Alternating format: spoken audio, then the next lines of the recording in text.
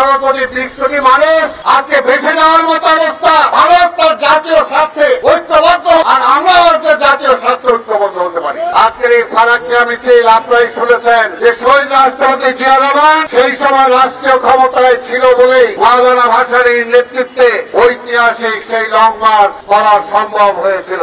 আমাদের যে ন্যায্য পাওনা আছে সেই পাওনা অবশ্যই যার যারটা আমাদেরকে বুঝে নিতে হবে। ভারত আমাকে শুকায় মারতেছে, যে ভারত আমাকে অকাল বন্যা দিয়ে ভাসায় দিতেছে। আজকে একটা কথাই বলতে হবে যে আজকে যে কোনো বিষয় আগে সরকারও বলে গেছে, আর ভারত খালি বলছে দ্বিপাক্ষিক সমস্যা। কিসের দ্বিপাক্ষিক সমস্যা? এটা আঞ্চলিক সমস্যা। তাই আজকে সার্ককে তারা শেষ করে দিয়েছে, সার্ককে গলা টিপে শেষ করে দিয়ে আজকে আরেকটা সংগঠন করেছে, সেখানেও আমাদের কোনো মূল্য নাই। কাজে সার্ককে পুনর্জীবিত করতে হবে। এবং এই অঞ্চলে যদি আমরা নদীর পানি প্রবাহ শুধু বাংলাদেশ নাই, এখানে আজকে সবাই মিলে এই অঞ্চলে যারা আমরা বসবাস করি, যে কয়টা রাষ্ট্র, প্রয়োজনে সবাইকে সম্পৃক্ত করতে হবে। আমাদের এইখানকার ওই মাতব্বরি বড় ভাইগিরি চলবে না। সেটার জন্য আমাদের যে ন্যায্য পাওনা আছে সেই পাওনা অবশ্যই যার যারটা আমাদেরকে বুঝে নিতে হবে।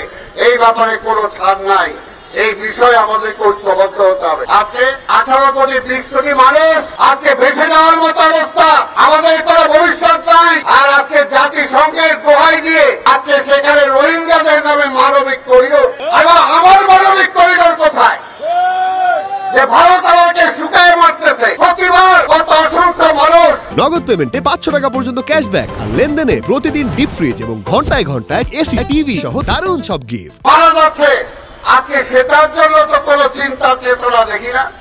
আজকে মানবিক করিডোর এতই যদি হয়, ওই রোহিঙ্গাদের নিয়ে যান না, আমেরিকা নিয়ে যান, ওই সমস্ত ইউরোপে নিয়ে যান না কেন?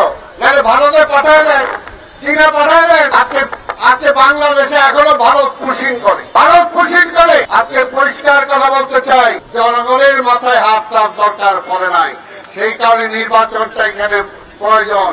আমরা বলি নির্বাচন নিয়ে দেরি করেন না, ষড়যন্ত্র চলতেছে। আজকে আন্দোলন এমন একটা অবস্থা।